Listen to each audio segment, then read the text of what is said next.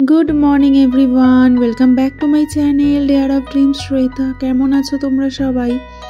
সকাল এখন বাজে 7টা আর ঘুম থেকে উঠেই ঝটপট করে চলে এসেছি রান্নাঘরে। আজকে ইচ্ছা আছে রান্নাটা একটু তাড়াতাড়ি কমপ্লিট করব, কারণ আজকে হচ্ছে গণেশ চতুর্থী। আর তোমরা তো জানোই আমার ঘরে গণেশ আছে আর আমি গণেশ পুজো করব।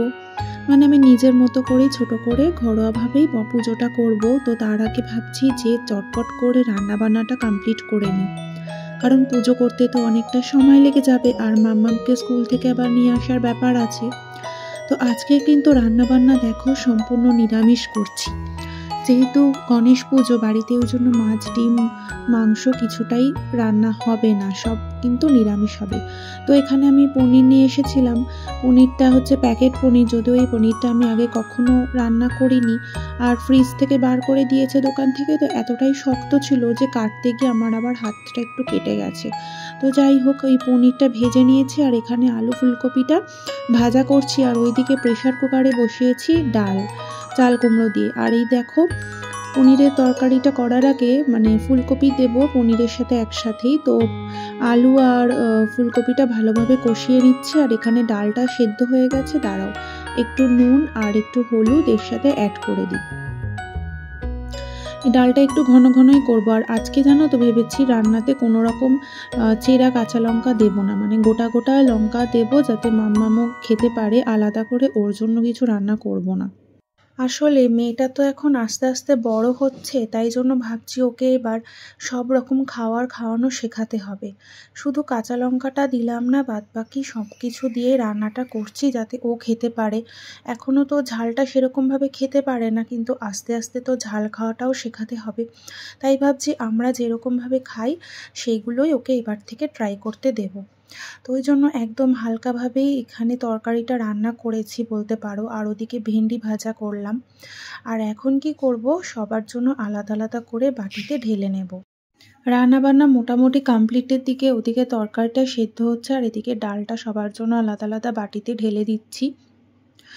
আর তাহলেই হয়ে যাবে। আর একটু ভেন্ডি ভাজা বললাম, ভেন্ডি ভাজাটাও হয়ে গেছে। আর শুধু খাওয়ার আগে একটু আলু ফিঙ্গার বানাবো, সেটা অবশ্য গরম গরম না হলে না ভালো লাগে না। একটু বেসনে আলুটাকে ডুবিয়ে ডুবিয়ে একটু ছাকা তেলে ভাজতে হয়। আমি অবশ্য কম তেলেই ভাজি, কারণ ভাজার তেলটা তো আমি আবার রাখি না, তাই জন্য খুব গায়ে লাগে অতটা ছাকা তেলে ভাজলে পরবর্তীকালে তেলটা ফেলে দিতে। আর এখানে দেখো সব খাবারগুলো এবার আস্তে আস্তে করে সাজিয়ে রাখবো টেবিলে। যেহেতু অনেকটা তাড়াতাড়ি রান্না হয়ে গেছে, তো ভালোই হয়েছে। একদিকে ছটপট করে এখন স্নানে যাব, স্নান করে তারপর পুজো দিতে চলে যাব। আর ঘর দুয়ারগুলো পরিষ্কার করা হয়ে গেছে, মানে ঠাকুর ঘরটা পরিষ্কার হয়ে গেছে, কারণ ঠাকুর ঘর পরিষ্কার না করে তো আর পুজো দেওয়া যাবে না।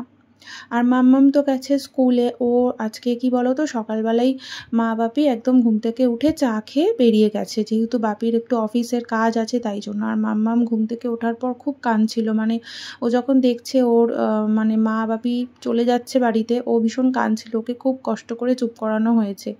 এবার মানে কিছু করারও নেই, দেখো বাচ্চা মানুষ, ওদের তো মানে কি বলবো, ওরা তো ওরকম দাদু ঠাম্মা বা দাদু দিদুন পেলে ওরকম তো করবেই, কিছু করার নেই। তোকে স্কুলে পাঠিয়ে দিয়েছি ভুলিয়ে ভালিয়ে। আর এখন আমি এসেছি স্নান করে পুজো দেবো। আর ফুলগুলো জানো, কালকে সন্ধ্যাবেলা মানে অনেকটা রাত্রেবেলায় কিনে নিয়ে এসেছিলাম, যেহেতু সকালবেলা আমার পক্ষে সম্ভব না ঠাকুরের ফুল বা ফল এইসব কিনে নিয়ে আসা। ওই জন্য রাত্রেবেলা কিনে এনে রেখেছিলাম। আর একটা জামা এনেছি ঠাকুরের। আর মানে সত্যি কথা বলতে ফুল কিনতে গিয়ে নিজে অবাক হয়ে গেছি, সেরকম ভালো ফুলও পাচ্ছিলাম না, বৃষ্টির জন্য হয়তো হবে। যাই হোক, আর এই একটা লিকুইড কিনে এনেছি। এই লিকুইডটা না আমার ছিল না, আমার ঠাকুরটাকে এটা দিয়ে পরিষ্কার করব। তো এটা বললো যে ভীষণ ভালো পরিষ্কার হবে, একটু হাত দিয়ে ডলে ডলে পরিষ্কার করতে হবে, তারপর কাপড় দিয়ে মুছে নিতে হবে।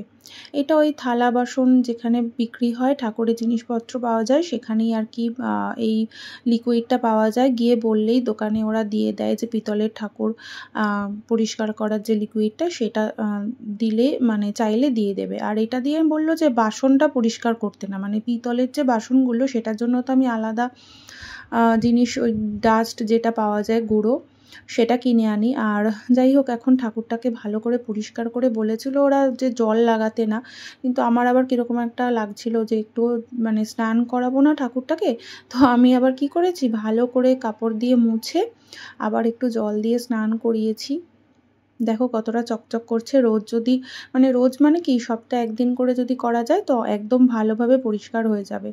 তো একটু জল দিয়ে পরিষ্কার করে আমি আবার ওটাকে ভালোভাবে মুছে দিচ্ছি। আর তারপরেই জামাটা আমি পরাবো। জামাটা আমার এত পছন্দ হয়েছে, একদম মানে খুব সুন্দর কালারের। তো জামাটা পরিয়ে ঠাকুরটাকে সুন্দরভাবে বসাবো। ছোট থেকেই না আমার পুজোর কাজ করতে এত ভালো লাগে, মানে কি বলবো, আমি অনেক ছোট থাকতেই কিন্তু আমার ঠাকুমার সাথে আমার মানে সব সময়ের জন্য পুজোর কাজ করতাম। সেটা লক্ষ্মী পুজো বলো, সরস্বতী পুজো বলো, মানে আমাদের বাড়িতে যখনই পুজো হতো আমি একদম ছোট থেকেই উপোস করতাম। ছোট থেকেই আমি পুজোর কাজ করতাম। তো কারোর বাড়িতে কখনো যদি প্রয়োজন হতো আমাকে পাড়ায় বলতো যে আমাদের বাড়িতে একটু পুজোটা দিয়ে দিতে।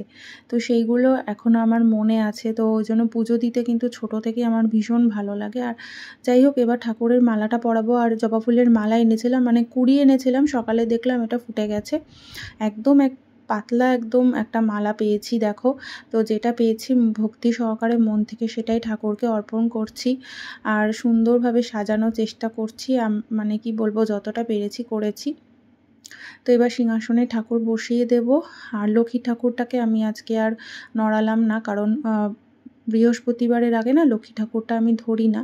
তো কালকে তো বৃহস্পতিবার, কালকে আবার লক্ষ্মী গণেশকে একসাথে স্নান করিয়ে আবার সুন্দর করে ঠাকুরের আসনটা আবার সাজাবো। তো সব ঠাকুরকে এবার মালা পরাচ্ছি যতটা পেয়েছি। মানে বাজারে আমি গেছি যে কালকে, না মালাও সেরকম নেই, ফুলও নেই, তো ওই জন্য অল্প যতটুকুনি পেয়েছি নিয়ে এসেছি। আর তারপরে হচ্ছে আমার সরস্বতী মাকেও পরাবো। আর মিষ্টির দোকানে লাড্ডু আনতে গেছি, লাড্ডু নেই।